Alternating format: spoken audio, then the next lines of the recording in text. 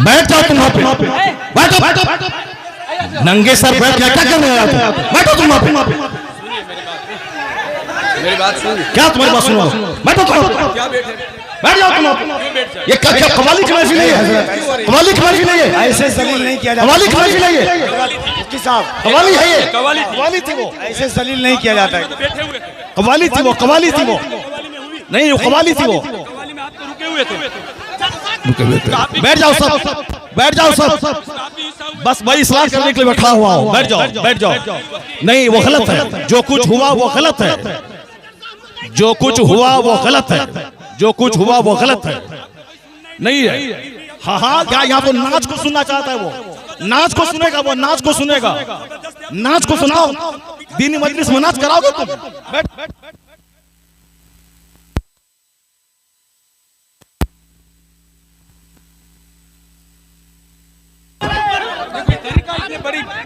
आप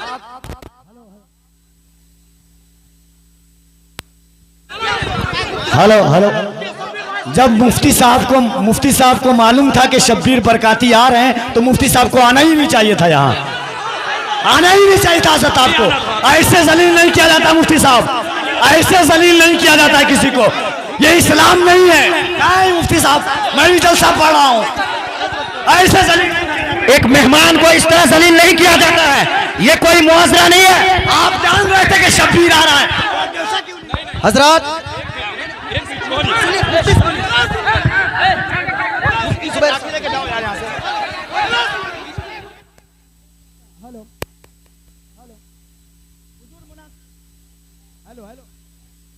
hello hello, बैठिए आप लोग। हेलो हेलो, शांति हो जाइए, शांति हो जाइए, बैठिए बैठिए, शांति रखिए, बस बस बैठिए आप लोग, बैठिए, शांति बनाइए आप लोग, पहले शांति बनाइए। हेलो हेलो हेलो, माइक आप लोगों के बीच अल्लामा तौसीफ रजा साहब स्टेज पे हैं, कम से कम इस बात का ख्याल रखिए। तौसीफ मिल्लत आ चुके हैं। नारे तकबीर, नारे रिसालत, आमद हुजूर तौसीफ मिल्लत, आमद हुजूर तौसीफ मिल्लत, नबी आला हजरत शहजादे हुजूर रेहाने मिल्लत, इश्क मोहब्बत। जो कुछ हुआ हम इससे बरी हैं। कल मत कहना कि मौलाना शहरयार बैठे हुए थे उनके सामने मुजरा हुआ, ये क्या चीज है?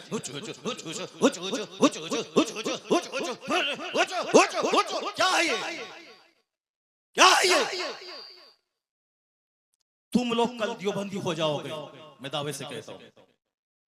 और दियोबंदी कल मजाक उड़ाएगा पूर्णिया का। तुम्हें मालूम है कि आसपास में सारे गैर मुकल्लिद हैं, ये सब कल मजाक उड़ाएंगे बरेलवियों के जलसे का। कहेंगे बरेलवियों का जलसा ये होता है, बरेलवियों का जलसा यही होता है। क्या चीज है? क्या ये नाथखानी है? यही नाथखानी है। ये इको हटा दो, उसके बाद क्या? इको तुम हटा दो, मेरे मदरसे का बच्चा इससे अच्छी नात पढ़ता है, अरबी कॉलेज का बच्चा इससे अच्छी नात पढ़ता है। हुचुड़ हुचुड़ का नाम नाथखानी है। क्या किया तुमने? सुन्नियत को बदनाम किया, बरेलवियत को बदनाम किया, मसलक के आला हजरत को बदनाम किया। इसी का नाम जलसा है, इसी का नाम कॉन्फ्रेंस है, इसी का नाम सीरत का जलसा है। वो तो हम फंस गए मजमे में, हम बैठ गए, मुफ्ती जुबैर साहब भी फंस गए जो मजमे में बैठ गए। हम अपनी बरात का इजहार करते हैं जो कुछ हुआ। मुफ्ती साहब किबला भी अपनी बरात का इजहार करते हैं, ताकि कल मत बोलना कि मनाज़िर अहले सुन्नत काज़ी सीमांचल बैठे हुए थे, उनके सामने मुजरा हो रहा था। हम लोग इससे बरी हैं। अगर रास्ता होता निकलने का तो हम निकल गए होते, वो रास्ता नहीं था, भीड़ की वजह से हम कुचल जाते, इसलिए हम नहीं निकले, मुफ्ती साहब भी नहीं निकले। बाकी रात के कितने बज रहे हैं? 2:10। कितने बज रहे हैं? टाइम देखो तुम, रात के 2:10 हो रहे हैं, 2:10 हो रहे हैं। मालूम है क्या हुआ इसमें? पब्लिक का चंदा इसीलिए हो रहा है। बैठ जाओ, अगर बिहार की इज्जत प्यारी है तो बैठ जाओ, अगर पूर्णिया की इज्जत प्यारी है तो बैठ जाओ। ये डांस करने के लिए जलसा होता है, चंदा होता है। बैठ जाओ सब। नाथखानी वो नहीं है जो तुमने सुनी है, नाथखानी वो नहीं जो तुमने सुनी है। भीड़ जुटाने का नाम जलसा है क्या? बैठ जाओ सब।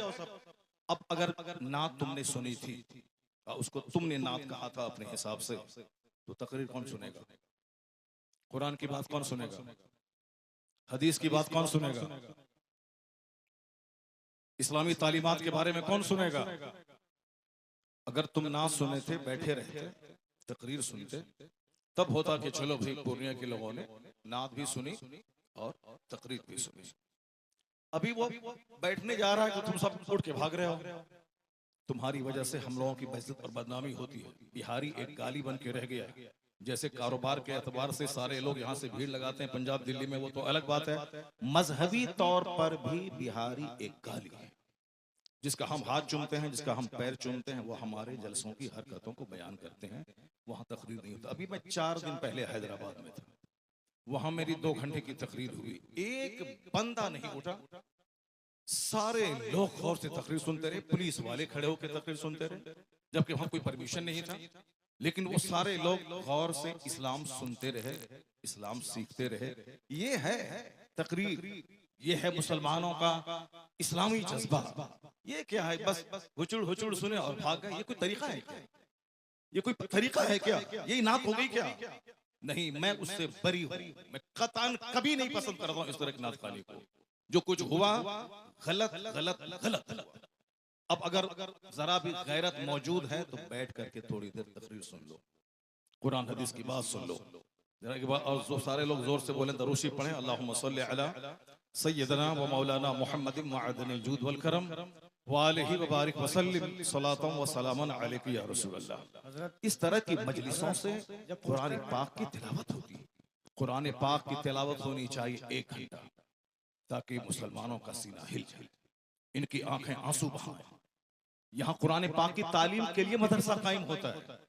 मदरसे के जलसे में कुरान पाक की तालीम पे फोकस दिया जाता है। तो हमारे जलसे भी इस्लामिक इन्वायरमेंट में होते हैं। यहाँ मुस्तफा की हदीस सुनाई जाती है। ये बता दे कि तुम लोग यहाँ क्या सुनने के लिए आए थे? ये नंगे सर क्यों आए थे? क्या करने आए थे? सिर्फ शबीर बरकाती को सुनने आए थे? यहाँ जिसके साहब मर्तबे का ये आलम है कि बड़े बड़े उलमा जिनका हाथ चूमते हैं, उनकी कोई इज्जत नहीं है। और तुम साहब एक दुनियादार आदमी की ना सुन रहे हो। तुम्हें मालूम है तुम्हें क्या सब हो रहा है? तकरीर सुनो, हदीस सुनो और अपने स्टेट और अपने डिस्ट्रिक्ट को बदनाम मत करो। ये जलसा है, कव्वाली की महफिल नहीं है। यहाँ कुरान पाक की तिलावत होती है। आधा घंटा तक कुरान पाक की तिलावत होनी चाहिए। सरकार दो जहां सलाम की हदीस पाक की रिवायत होनी चाहिए। इस्लामी तारीख बयान करनी चाहिए। अब जलसा शुरू हो रहा है, यहाँ से गौर से सुनो। अल्लाह तबारक व तआला हमको और आपको सारे मुसलमानों को जलसे की कद्र करने की तौफीक अता फरमाए। जरा एक बार जोर से बोलो सुभान अल्लाह। हाथ उठा के बोलो ला इलाहा इल्लल्लाह मुहम्मदुर रसूलुल्लाह सल्लल्लाहु अलैहि वसल्लम। कुंतुम खैर उम्मतिन उखरिजत लिन्नास तअमुरून बिल मारूफ व तनहौन अनिल मुनकर। तुम बेहतरीन उम्मत हो, तुम बेहतरीन उम्मत हो जो लोगों की तरफ भेजे गए हो। और तुम्हारी ड्यूटी है नेक राह पे चलना, नेकी का पैगाम देना, और तुम्हारी ड्यूटी है बुराइयों से रोकना। ज़कात, आपके खैरात, आपकी खैरात, आपके सदकात का क्या हमने इस्तेमाल किया? वो इसीलिए है साहब, नाते पाक पढ़ना इसीलिए है ताकि हमें मुस्तफा से मोहब्बत है। वरना सिर्फ नाते पाक पढ़ना ही हमारी गर्ज़ो कायस नहीं है। हमारा मकसद हयात है अल्लाह की इबादत करना। अल्लाह की इबादतों में क़यामत के दिन ये सवाल ही नहीं होगा कि तुमने नात पढ़ी या नहीं पढ़ी। सबसे पहला सवाल होगा, हुजूर फरमाते हैं इन्ना अव्वल मा युहासबु बिहिल अब्द यौमल क़यामति सलात। क़यामत के दिन सबसे पहला सवाल नमाज का होगा। फातिहा अच्छी चीज है मगर नमाज उससे बड़ी चीज है। जलसा जुलूस अच्छा काम है मगर नमाज पढ़ना उससे सबसे बड़ा काम है। मज़ारात की हाजिरी अच्छा काम है मगर उससे बड़ा काम है नमाज पढ़ना। सरकार आला हजरत का जो मसलक है वो मसलक यही है कि हाँ, नफल को नफल का दर्जा दिया जाए, फर्ज को फर्ज का दर्जा दिया जाए, वाजिब को वाजिब का दर्जा दिया जाए। ऐसा नहीं कि नफल को फर्ज बना दिया जाए, ऐसा नहीं कि साहब जो गैर जरूरी है उसको जरूरी का दर्जा दे दिया जाए। मसलके आला हजरत यही है कि फातिहा नफल है, नफल की हैसियत हो, जुलूस नफल है, जुलूस मोहम्मदी की नफल की हैसियत रहे, और मज़ारात की हाजिरी नफल है, उसकी हैसियत नफल ऑप्शनल की होनी चाहिए। सबसे पहला जो फर्ज आजम है वो नमाज है, फर्ज आजम नमाज है। दूसरा सबसे बड़ा फर्ज व रोजा है। एक फर्ज आजम ज़कात है, एक फर्ज हज है।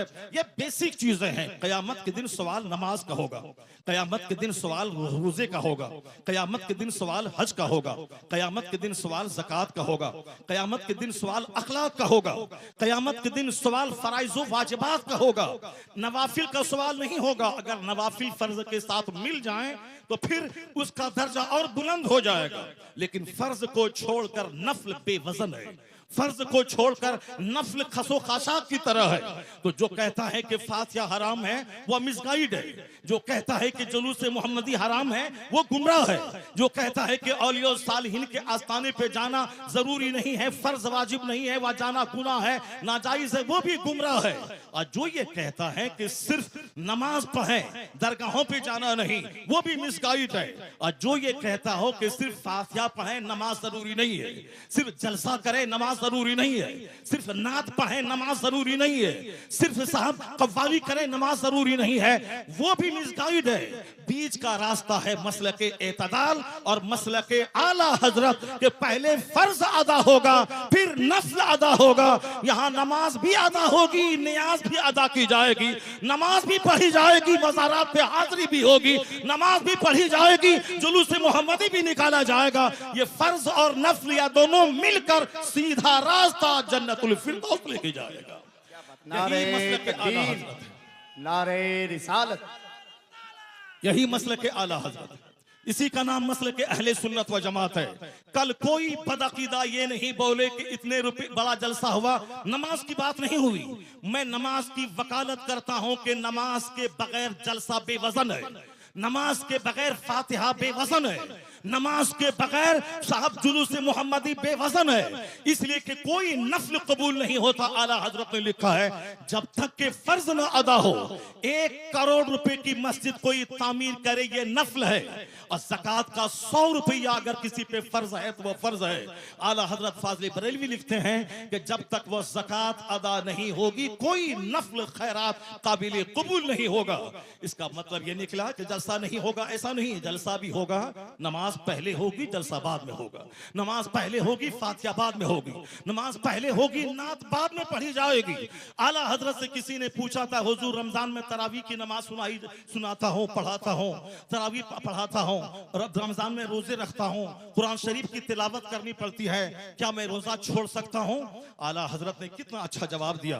कहा बहुत सारे लोग हैं जो रोजा भी रखते हैं और कुरान पाक भी सुनाते हैं। अलबत्ता रही बात कि जो कुरान रोजा रख कर कुरान नहीं सुना सकता है, उसको मालूम होना चाहिए कि तरावी की नमाज फर्ज नहीं है, तरावी की नमाज वाजिब भी वित्र की तरह नहीं है, तरावी की नमाज सुन्नत मुअक्कदा है। अगर किसी ने पढ़ा तो फर्ज छोड़ने के बराबर, किसी ने नहीं पढ़ा फर्ज छोड़ने के बराबर गुनाह नहीं होगा। जमात से नमाज पढ़ना ये क्या है, मुअक्कदा अल किफाया है। अगर जमात मस्जिद में तरावी की हो गई और फिर सारे लोग अपने घर में कुछ लोग पढ़ लिए, घर में पढ़ने वाला मुजरिम नहीं होगा। लेकिन अगर जोहर की जमात छोड़ दिया वह मुजरिम होगा। कहते हैं कि जो चीज फर्ज है रोजा, उसको छोड़कर ये तरावी की बात कर रहा है। बेहतर यही है कि वह तरावी अगर नहीं सुना सकता है, अलम तरा कैफा से लेकर कुल बिरब्बिन नास तक, इसको पढ़ के अपनी तरावी पढ़ ले, मगर रोजा न छोड़े, क्योंकि रोजा फर्ज है, तरावी की नमाज सुन्नत है। ये फर्ज को फर्ज समझा जाए, नफल को नफल समझा जाए, जुनून और मजनू बन के ये नहीं बताया जाए जलसे और जुलूस और अपने आलिमों की तौहीन नहीं की जाए। हमारी सबसे बड़ी विडंबना यही है कि हम लोग गैर जरूरी को जरूरी समझते हैं।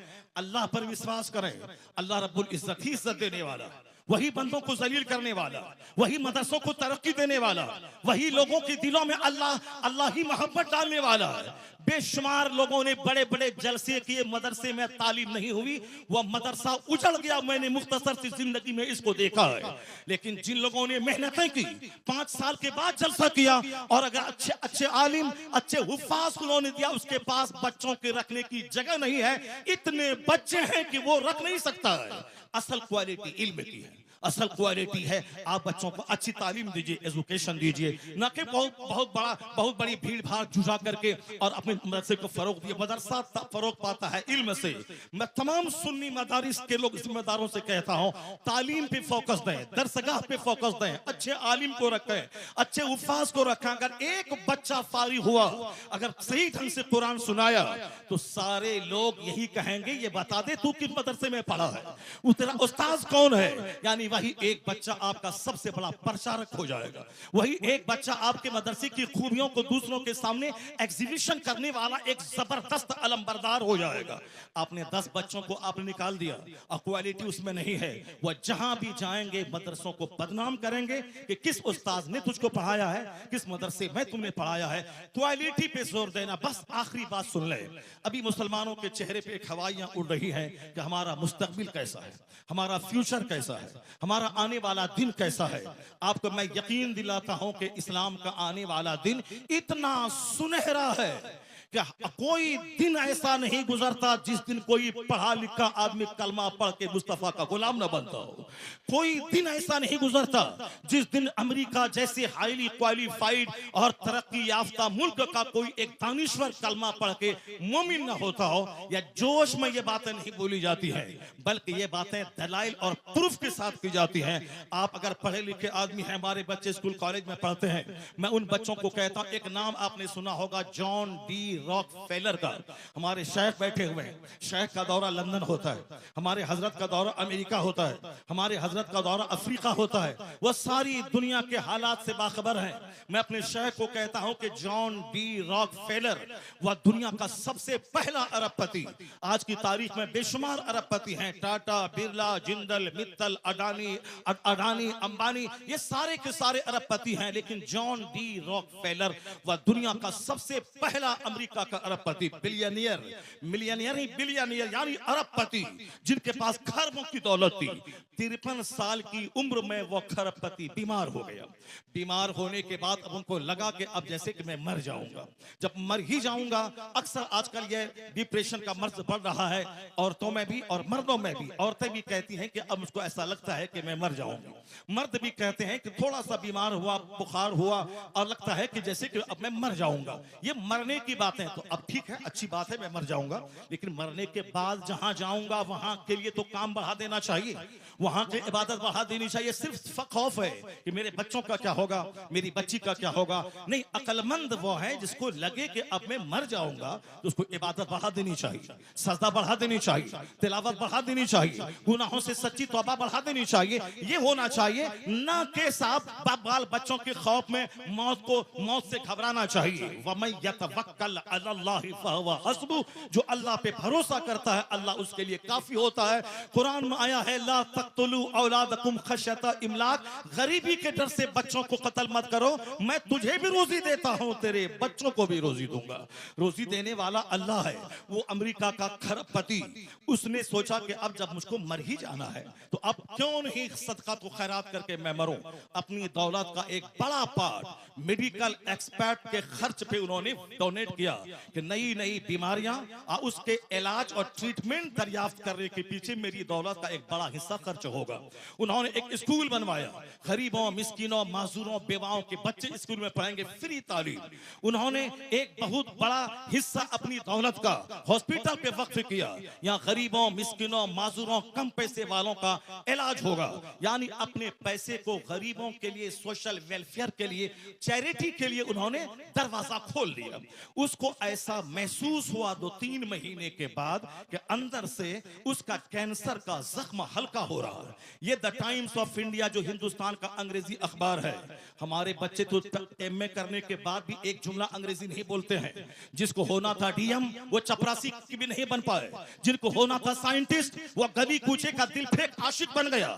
अमेरिका का यहूदी 1-1 मिनट का सही इस्तेमाल करके दुनिया को माइक्रोफोन दे, दुनिया को हवाई जहाज दे, और हमारे वो बच्चे जिसके पास थी मेरिट नियम बनने की, वह सिर्फ मोबाइल चला चला करके वो बच्चे हमारे गली कूचे के दिल फेंक आशिक बन गए, किसी काबिल नहीं रहे। एक बच्चा हिंदुस्तान का अगर आईएएस ऑफिसर बनता है तो 40 करोड़ मुसलमानों का कलेजा ठंडा हो जाता है। वह कमा के अपने बाप को देगा, मगर नाम पूरी मुस्लिम सोसाइटी का होता है। हमारी मेजॉरिटी हमारे नौजवानों की मोबाइल चला चला के डीएम तो नहीं बनी, अलबत्ता अपनी जवानी में आग लगा दी, अपनी सोच और फिक्र में आग लगा दी, अपनी अपनी अपनी सेहत को तबाह बर्बाद कर दिया, अपने खानदान की नाक मिट्टी में मिला दी। मोबाइल का इस्तेमाल जरूरतन हो, 24 घंटे उसमें घुस के न रहे। टॉयलेट का इस्तेमाल जरूरत हो, 24 घंटे टॉयलेट में घुसने वाला तबाह बर्बाद हो जाएगा, सेहत खत्म हो जाएगी। यहूदी एक एक मिनट को कीमती समझते हैं तो जलील कौम दुनिया में सबसे मालदार कौम है। जबकि नमाजों की पाबंदी हमें वक्त की कदर सिखाती है, जबकि सहर और इफ्तार का सिस्टम वक्त की कदर सिखाता है, जबकि ज़कात का मैनेज हमें एक एक मिनट को कीमती समझने का पैगाम देता है। 1 मिनट पहले दाना हलाल, 1 मिनट के बाद दाना हराम, ये हमें पंक्चुअलिटी सिखाता है। मगर अक्ल रहे तब न इन बातों पे हम गौर करें। हमारे पास तो गुस्सा बहुत ज्यादा है, हमारे पास जज्बात बहुत ज्यादा है, हमारे पास सब छोटी फिक्र की वजह से हम जो लायक थे उस लायक नहीं बन पाए। अमेरिका का खरबपति, उन्होंने दौलतों का एक बड़ा हिस्सा स्कूल पे, हॉस्पिटल पे, गरीबों के राशन के किट पे और मेडिकल एक्सपर्ट की टीम बैठा के, ताकि नई बीमारियों का इलाज खोज करने के लिए वह टीम खास रहे। उनको ऐसा लगा जब से वह चैरिटी सदका तो खैरात का काम शुरू किया, अंदर से उसके बदन का जो कैंसर था उसका मर्ज दूर होने लगा। 4 महीने के बाद उन्होंने टेस्ट करवाया, उसके अंदर का कैंसर खत्म हो चुका था। अब वो शख्स दुनिया वालों को बताया कि दुनिया वाला गवाह रहे, दुनिया वाला गवाह रहे कि चैरिटी से बीमारी का इलाज होता है, सदका से बीमारी का इलाज होता है, खैरात से बीमारी का इलाज होता है। उन्होंने कहा खैरात से बीमारी का इलाज, बीमारी के इलाज के जितने तरीके हैं उसमें सबसे बड़ा तरीका यह भी है कि चैरिटी और खैरात से बीमारियों का इलाज होता है। सदका तो खैरात से मरीज सेहतमंद होते हैं, सदका तो खैरात से मरीज सेहतयाब होते हैं, सदका तो खैरात से मरीज सेहतयाब होते हैं। उन्होंने सारी दुनिया को बताया। हमारे शेख आ गए, एक दूसरे शेख की आमद हो गई, जो बरकाती खानवादे के शेख हैं, वो आ गए और शहजादे आला हजरत यहाँ बैठे हुए हैं। बस मेरी गुफ्तगू खत्म होने वाली है, उसको गौर से सुनेंगे। तो हम पूरे हिंदुस्तान में जाते हैं, पूरे मुसलमानों का दर्द सीने में मौजूद है, कहाँ क्या हालात हैं वहां उस हालात का मुशाहिदा करते हैं। तो हम अपने गुस्से के मुजाहरे के लिए नफ्स की तस्कीर की खातिर नहीं देते हैं, सिर्फ मिल्लत के लिए, कौम के लिए, मसलक के लिए हम अपने लोगों के सामने अपनी कमजोरी बयान करते हैं। जरा गौर से सुने, जब उन्होंने खरबपति ने कहा कि मेरा मर्ज अच्छा हुआ, इलाज के जितने तरीके हैं, एलोपैथिक, होम्योपैथिक, साहब जड़ी बूटी, आयुर्वेद, सब तरीके हैं इलाज के, मगर सदका तो खैरात इलाज का एक जबरदस्त तरीका है। तो जो बात जॉन डी रॉकफेलर ने आज कही, यही बात मुस्तफा ने 1400 साल पहले कही थी कि दावू मरदाकुम बिस्सदका व हस्सनु अम्वालकुम बिज़्ज़कात। मुस्तफा ने कहा अपने मरीजों का इलाज सदका करके क्या करो। तो आज 1400 साल के बाद अमेरिका का खरबपति अपने तजर्बे से दुनिया को बताया कि सदका से एक बीमार ठीक होता है। जो बात मुस्तफा ने 1400 साल पहले कही, वो अमेरिका का क्रिश्चियन जाती तजर्बे से बता दिया कि मुस्तफा का कौल सच्चा है, मुस्तफा का मजहब सच्चा है और खैरात से इलाज होता है। तो आज जैसे दानिश्वरों के बीच मुस्तफा की हदीस की सदाकत सामने आ रही है, कलमा पढ़ने वालों की तादाद में जबरदस्त इजाफा होता चला जा रहा है। इस्लाम कभी खतरे में नहीं था और आज भी खतरे में नहीं है। जैसे जैसे इल्म बढ़ रहा है, जैसे जैसे रिसर्च बढ़ रही है, जैसे जैसे तहकीक बढ़ रही है, वैसे वैसे मुस्तफ़ा के गुलामों की तादाद में इजाफा होता जा रहा है। इस्लाम के ताल्लुक से आप बेफिक्र हो जाएं, अपनी फिक्र करें कि मेरा मरते वक्त क्या होगा, मेरा कब्र में क्या होगा, मेरा हश्र में क्या होगा, कल अगर मैं मर गया तो मेरा क्या होगा। इस्लाम के बारे में ज्यादा फिक्र करने की जरूरत नहीं है। इस्लाम बहुत जिंदा और ताबिंदा मजहब है। पूरी दुनिया के हर गोशे में, हर खित्ते में इस्लामी चिराग रोशन हो रहा है।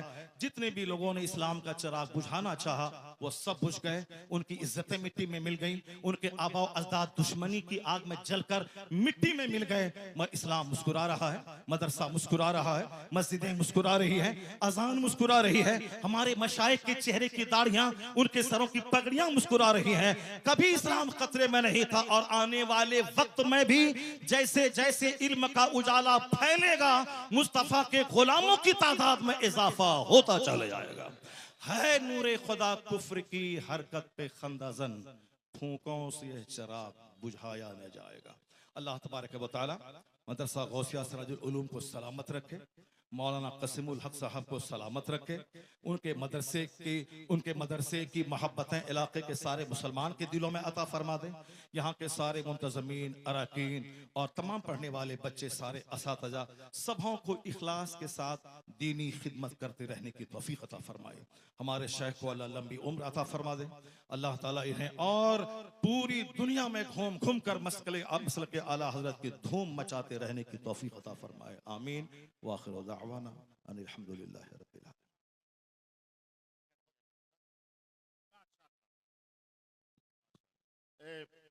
मौलाना ने सजाया, बड़ी मेहनत और काबिज से। इस जलसे का क्या होगा, आप हजरात तो इलाके के हैं, अपने इलाके की इज्जत का आप ख्याल कीजिए। और ये मामलात जो हैं पहले के और थे, अब 1 मिनट में पूरी दुनिया में बात पहुंच जाती है। इसलिए मैं आपसे गुजारिश करूंगा कि आपके इलाके के बहुत बड़े आलिम दीन मौलाना शहरयार रजा साहब बहुत बड़े आलिम दीन हैं। और नात सुनना इबादत, नात लिखना इबादत, नात पढ़ना इबादत। लेकिन मुझे आप बताइए कि जब तक के उलमा की तकरीरें आप नहीं सुनेंगे तो ये कौन बताएगा कि नात सुनना इबादत है, नात पढ़ना इबादत है, नात लिखना इबादत है। उलमा की तकरीरें से ईमान सलामत होगा, अकीदा महफूज होगा। तो उलमा की तकरीर सुनना पहले, नात सुनना ये बाद में। नात भी पढ़ी जाएगी और तकरीर भी की जाएगी। आप लोग बड़े इत्मीनान के साथ तशरीफ रखें। हजरत मौलाना शहरयार रजा साहब का खिताब नायाब दस्तयाब होगा इंशाअल्लाह। बैठ जाएं सारे लोग, बैठ जाएं। हुजूर पीर तरीक़त अल्लामा मौलाना तौसीफ रजा खान साहब क़िबला मदजुल अली नबीर आला हजरत, ये आला हजरत के शहजादे हैं। इन्होंने यहाँ आने के बाद आपको नसीहत की कि नात खानी भी हो मगर तकरीर सबसे पहले होनी चाहिए। मैंने आपकी इन अदाओं की वजह से मुझको नाराजगी हुई, क्योंकि तकरीर ना सुनने के बाद सारे लोग एक बैग खड़े हो गए। ये जलसे की तौहीन है, हमारे इलाके की तौहीन है। इसलिए यह जलसा है, सीरत की महफिल है, इस्लाह ईमानो अमल कॉन्फ्रेंस है। अब जरा थोड़ी देर मेरी गुफ्तगू सुने, उसके बाद दस्तारबंदी का मंजर होगा और हुजूर पीर तरीक़त का खिताब नायाब होगा। अल्लाह तबारक व तआला हमारे इलाके के सारे मुसलमानों को अपने उलमा की कद्र करने की तौफीक अता फरमाए। मैंने कहा था ना कि हमारी बेइज्जती होती है, हमारी तौहीन होती है, हमारे जलसे का वक़ार मजरू होता है। हम लोग चारों तरफ से घिरे हुए हैं बदअकीदों के बीच में। हमारा कल मजाक उड़ाया जाएगा, हमारे जलसे का मजाक उड़ाया जाता है। तो हमें सिर्फ आपकी इन अदाओं की वजह से तकलीफ होती है कि मैंने कहा ना कि जिस तरह आपने नात सुनी थी उसी तरह बैठ के आप 1 घंटे की तकरीर सुन लेते, ताकि पूरे हिंदुस्तान के लोग जानते कि वहां नात भी सुनी जाती है और तकरीर भी होती है। अब जरा गौर से सुनिए, हमारे ताल्लुक से कुरान शरीफ में कहा गया है कि कुंतुम खैर उम्मा, तुम बेहतरीन उम्मत हो, लोगों की तरफ भेजे गए हो। तुम्हारी ड्यूटी है खुद नेक बनना, दूसरों को नेक बनाना। तुम्हारी ड्यूटी है खुद बुराइयों से बचना, दूसरों को बुराइयों से बचाना। ये हमारी क्वालिटीज को कुरान शरीफ में बयान किया गया है कि you are the best community, तुम बेहतरीन उम्मत हो। और बेहतरीन क्यों हो? इसीलिए हो कि तुम्हारा काम ही है नेक बनना, दूसरों को नेकी का पैगाम देना। तुम्हारी जिम्मेदारी है खुद बुराई से बचना और दूसरों को बुराई से बचाना।